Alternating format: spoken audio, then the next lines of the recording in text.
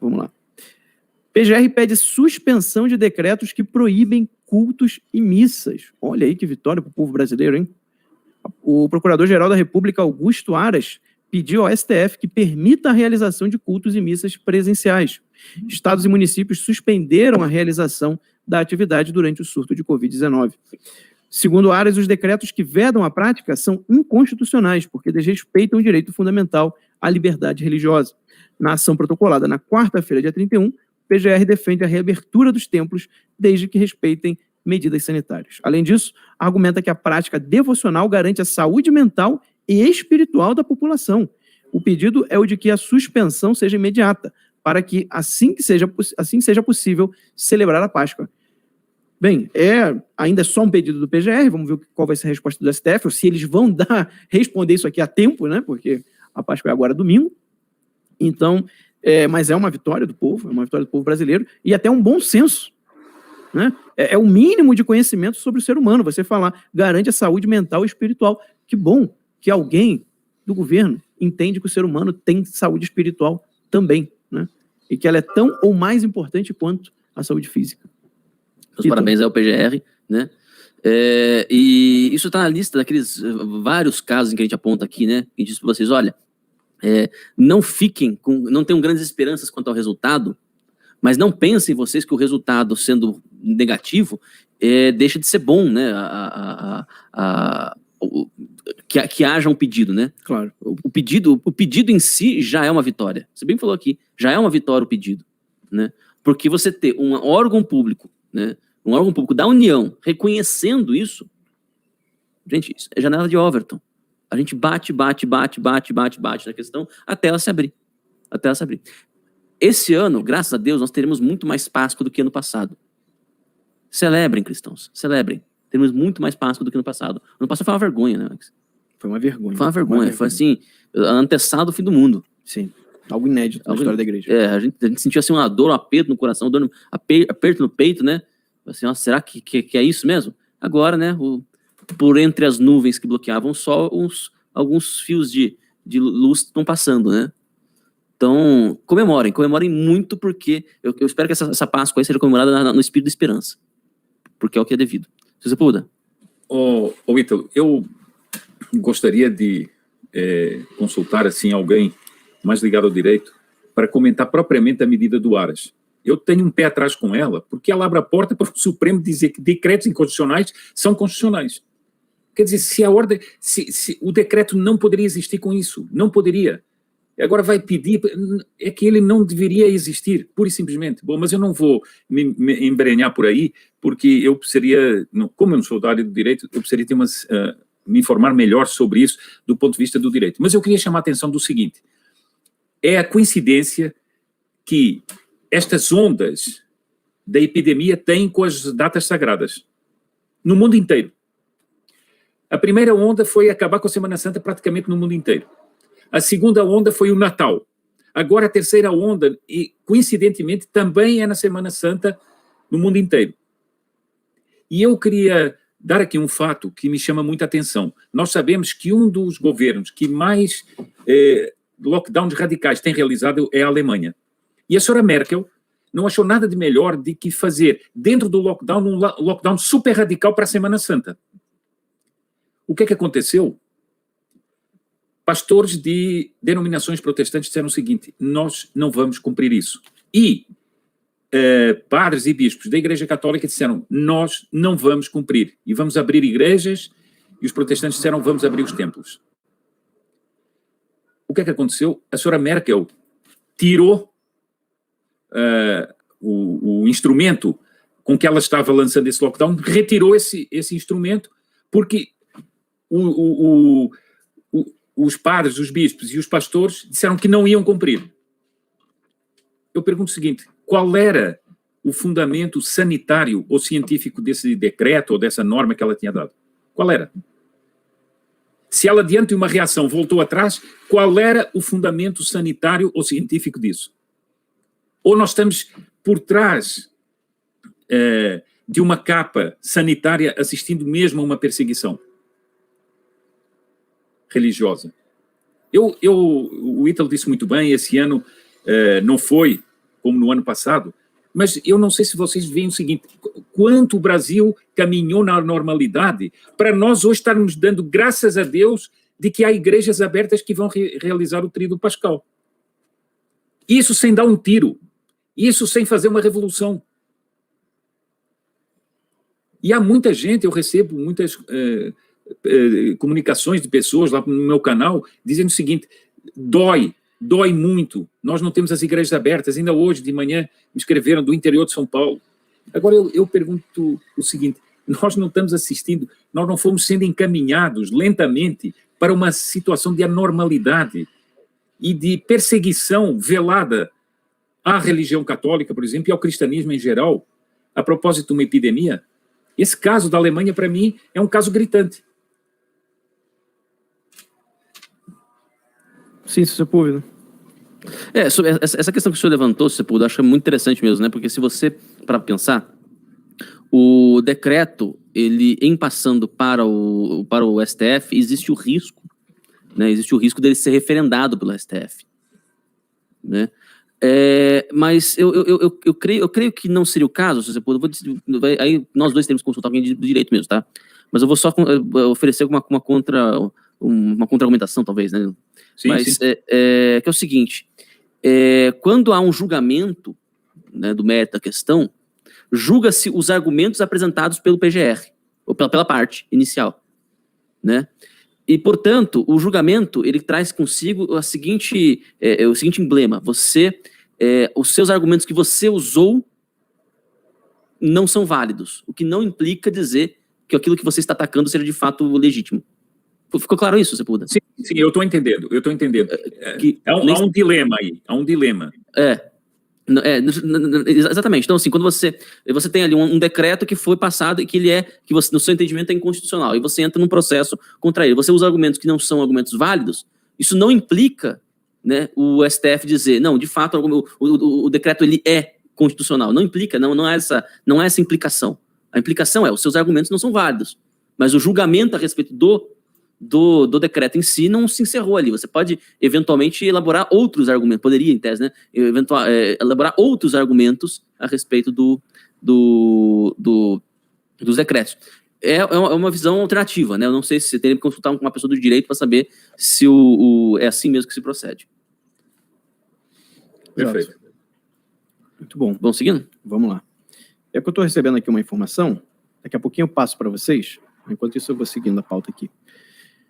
O que aconteceu aqui no DF? Boa notícia, viu? Boa notícia, que é o seguinte, desembargadora barra lockdown no Distrito Federal. Ângela Catão, desembargadora do TRF1, determinou que as atividades consideradas não essenciais podem funcionar no Distrito Federal. A magistrada acatou o recurso apresentado pelo governador do DF, Ibanez Rocha, que havia se manifestado contra o entendimento de uma juíza, que a gente comentou aqui, se não me engano, é Kátia Balbino o nome dela, que eu não esqueci não. Segundo a decisão do TRF1, o lockdown autorizado pela primeira instância dificultava o planejamento que compete ao DF para a retomada controlada das atividades econômicas, com prejuízo, inclusive à saúde, da população mais vulnerável, que, no mais das vezes, não possui reserva financeira e depende do trabalho diário para a garantia da sua subsistência. Caraca, meu irmão! Parabéns! Que é isso? Parabéns, desembargadora. Que isso? É isso, gente, isso é bom senso. Bom senso. Gente, olha, eu fico até emocionado, porque ela tem o salário dela. A desembargadora do TRF1 não sofre com lockdown. Mas o que ela está falando aqui é a realidade da maioria dos brasileiros que estão passando. É o que eu vejo aqui no DF, as pessoas revirando lixo toda manhã, quando vêm para cá para o Terça Livre. Sabe, a população mais vulnerável, na maioria das vezes, não possui reserva financeira e depende do trabalho diário para garantir da sua subsistência. E isso aqui é para você escrever em letras de ouro e mandar para todos os juízes e falar, você vai todo dia antes de começar o seu trabalho ler essa frase aqui e vai meditar sobre ela. Antes de fazer qualquer decisão em relação à saúde. Sabe o que está acontecendo isso? Porque o governador foi contra o lockdown. Inclusive, parabéns ao Ibanez, né? Porque quando faz coisa errada, eu critico. Vocês sabem disso. Mas nesse caso aqui foi o Ibanez, quem foi contra a decisão maluca lá da juíza que queria voltar, né? E ele falou, não vai voltar porque nós temos um planejamento, isso aqui só vai trazer mais prejuízo. E aí o TRF1 pôde barrar o lockdown e voltar aqui para as pessoas poderem trabalhar. Então, parabéns também ao Ibanez, aí nesse caso que agiu muito bem, como um governador deve agir, sem questão política. Porque não é questão de saúde, porque exatamente isso aqui você não pode causar mais problemas que a própria doença causa. Ou você acha que as pessoas sem emprego, na miséria, com fome, elas vão ter saúde onde? Onde que elas vão ficar saudáveis? Passando fome. Não tem sentido. Isso aqui é bom senso. Bom senso. Alguém que não pensa só no próprio umbigo, alguém que consegue ter compaixão do outro e se colocar no lugar do outro. Eu não queria estar na situação de alguém que perdeu seu emprego, que não vai ter como trabalhar e não vai poder sustentar sua família. Então, se eu não quero isso para mim, eu não vou querer isso para o outro. Isso é o mínimo que se espera de um ser humano. É o mínimo. Parabéns à desembargadora, eu vou repetir o nome dela, Ângela Catão, desembargadora do TRF1. Quando é para criticar, a gente critica. Mas também quando a pessoa faz uma coisa sensata, eu vou falar aqui. Bom, nesse caso, não podemos dizer, né? A gente já criticou várias vezes também, mas não pode também deixar de parabenizar o governo do DF, né? O Ibanez, né? Ibanez, com certeza. Não morremos de amor, vocês sabem disso, mas a gente já criticou várias vezes aqui no Terça Livre e agora vamos parabenizar também o governo do Ibanez por ter entrado aí com esse pedido aí, ter peitado, né, essa decisão dessa juíza, né, e ter levado a desembargadora, né, ter recorrido à decisão e ter aberto aí o comércio. Graças a Deus. Graças a Deus mesmo. Olha, como eu falo, eu espero que essa Páscoa seja uma Páscoa de esperança. Sim. Uma Páscoa de esperança em vários sentidos. Primeiro, porque a gente está conseguindo abrir as igrejas, temos melhor do que a gente estava no passado, né? Estamos conseguindo abrir também o comércio, né? Melhor do que no ano passado também. Então, que bom mesmo. Sr. Sepúlveda. Ô Ítalo e Marcos, eu vou comentar uma coisa que é o seguinte, a parte desse lado positivo, evidentemente, da decisão, mas vejam o seguinte, ela tem que dar uma decisão em cima de uma decisão de uma juíza, né? Em que a juíza, nós vamos ver o contexto da juíza, o que é que ela pensa, a juíza usou o direito como militância, para dar argumentos para uma militância, e não para fazer justiça. Eu sei que há opiniões diversas, por isso é que nós temos o recurso. Um juiz dá uma decisão, depois se recorre se não está de acordo com aquela decisão. Isso é normal. Mas o que nós estamos vendo hoje em dia é a justiça usar o direito como arma de arremesso para a ideologia e para causar o caos na sociedade. E isso é aflitivo. Isso é assustador. E a pessoa não tem escrúpulos de dar uma decisão judicial, como dizia o Max, que prejudica um monte de gente, que pode levar pessoas ao desespero, não terem mais comida em casa, não terem mais como levar comida para a família em casa. Que isso? Então, isso torna aflitivo o caminho que a militância incrustada no Ministério Público, na Justiça, vai fazendo com o direito do país. Isso aí. Pois é. Ou não, de fato. Bom, enfim, pode seguir, Marcos. Bem, é uma grande vitória, assim, estou muito feliz mesmo. Muito feliz pelo povo do DF poder estarem trabalhando aqui. Eu sempre, quando eu vou embora, né, para casa, aqui, converso com o pessoal daqui da onde a gente trabalha. E aí eu perguntei para eles, né, e aí, vai reabrir? Foi até que eu descobri que o Ibanez tinha voltado ontem à noite, depois do boletim da noite. Né, e a resposta do trabalhador foi a seguinte: graças a Deus. Vai sim, vai sim. O governador conseguiu barrar, graças a Deus. É assim que as pessoas estão, gente. As pessoas estão no limite. Está todo mundo no limite. Todo mundo no limite. E não é só Brasil. Não é só Brasil, não. Quando eu falo todo mundo, é todo mundo mesmo. Tem uma notícia aqui do Poder 360, eu sei que não está na pauta, mas eu acho interessante, que está aqui, ó, Covid-19, França enfrenta dilema para frear infecções. Olha o dilema do Poder 360. O dilema é o seguinte: população e governo evitam lockdown. Por quê? 50%, só 50% aprovam medidas de restrições, ou seja, 44% da população está contra, terminantemente. Né? E aí o governo se viu naquela sinuca de bico. Como é que você vai fazer? Porque lá na França não é assim, não. Você não obriga a população francesa a fazer algo que eles não querem. É ou não é, Ito?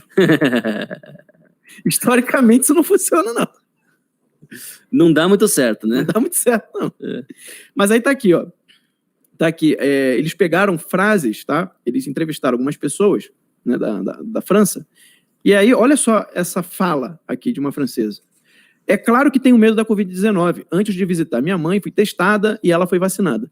Mas não entendo por que devo seguir essas regras absurdas. Isso aqui não é um brasileiro. Isso aqui não somos nós. Isso aqui não está nem no nosso portal ainda. Vai estar. Está no Poder 360.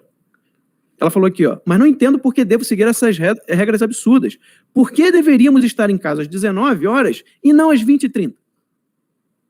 E por que raios tem que ficar a uma certa distância de minha casa? Né? Porque parece que até isso teve limitação lá. Né? Uhum. Você não podia se afastar muito do lugar onde você mora. Né? É isso. Você veja, é um europeu falando, né, do absurdo que são essas regras, que não faz sentido. Agora, se você puder, o senhor como europeu há de concordar comigo. Quando a gente vê europeus se revoltando nos últimos anos, é porque a coisa está preta mesmo, né? Exatamente, é verdade. E uma coisa que nos fala muito, ainda outro dia estive conversando com uma pessoa que tem muitas ligações na Alemanha, a Alemanha tem havido muita revolta contra tudo isso, né? Sim. E depois outra coisa, você disse muito bem, Ítalo, digamos, as coisas aqui no Brasil são aqui na base daquele, mais ou menos daquele jeito e tal.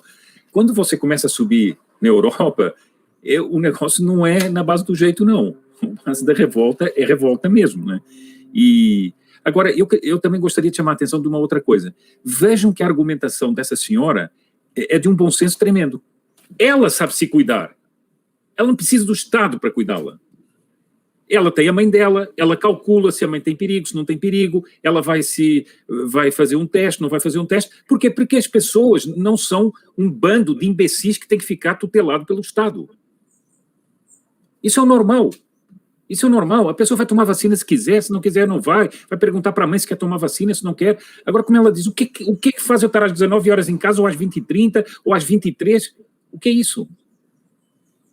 Por exemplo, o Macron está dizendo, os bens não necessários, mas agora virou no mundo inteiro os bens não necessários. Mas quem é que julga isso, os bens não necessários? Isso é uma espécie de comunismo velado. Agora nós temos os bens necessários que você pode comprar ou não comprar. Quer dizer, e a notícia, não sei se querendo ou não querendo, ela dá o que devia ser o funcionamento normal da sociedade. A pessoa tem a sua própria responsabilidade, a responsabilidade da família, fala com a família e se resolvem. Acho isso interessante, porque parece que a gente está perdendo, né? Vou me permitir ser um pouquinho mais extenso aqui, né? Ir um pouco mais longe, né? Mas me parece, que com a perda no Ocidente das monarquias, né? Porque a monarquia, o que ela é? Ela é um análogo de uma família, né? Então você tem ali o monarca como pai, né? E os súditos como filhos, né? Só que, estava pensando sobre isso esses dias, o monarca, ele é o análogo de um pai, mas ele é um pai de filhos adultos. Claro. Ele é um pai de filhos adultos, ele não é um pai de crianças. Você não submete o súdito como se fosse uma criança, né? Então, quando você tem essa relação, ela está bem estabelecida, ela está muito clara, é da natureza das coisas, todos a reconhecem como algo até quase evidente, né? Ou praticamente evidente, né? Essa relação, ela está bem ordenada. Quando você tira a função do monarca, o Estado passa a fazer a função do monarca, o Estado passa a ser a função do pai, essa função ela se desordena totalmente e ele passa a ser um pai de filhos pequenos, um pai de crianças. Né? Então você acaba tendo essa desordenação. A realidade das coisas, a realidade da relação entre o indivíduo e o Estado, ela continua a mesma, só que desordenada. Não sei se isso faz muito sentido, Sepúlveda. Faz sentido, sabe, que tem um conhecido meu que tem participado de uns simpósios sobre temas da contra-revolução em Portugal, quando vou a Portugal, e ele diz uma coisa muito engraçada. Antigamente o Estado era o pai burocrata, né? Agora é pai e mãe. Porque ele diz para você, não coma sal, não fume, olhe, cuidado com tal coisa. E eu acho essa expressão muito interessante, quer dizer, virou pai e mãe burocrata, né? E você diz uma coisa que eu acho muito interessante, Ítalo, que é um problema, o problema do pai adulto, o que é? Ele não vê só a dimensão material, ele vê a dimensão espiritual, a dimensão cultural, em todas as dimensões do homem. Quando você pega um tecnocrata, ele reduz o homem a uma peça de uma máquina. É isso. O homem, o ser humano é uma peça de uma máquina. Então agora temos que pôr todo mundo em casa. Agora temos que pôr todo mundo na rua. Agora pomos todo mundo vacinando. Isso é inumano. Isso é totalmente inumano. Eu acho que essa sua consideração é muito interessante mesmo. Perfeito. O Estado deixou de ser pai e passou a ser uma matrona italiana. Mas com mau gosto, né? Com mau gosto. Tremendo gosto. Porque a matrona italiana serve um macarrão bom, trata bem, né? Exatamente. Tá certo. Vamos seguindo, Max, por favor. Vamos lá.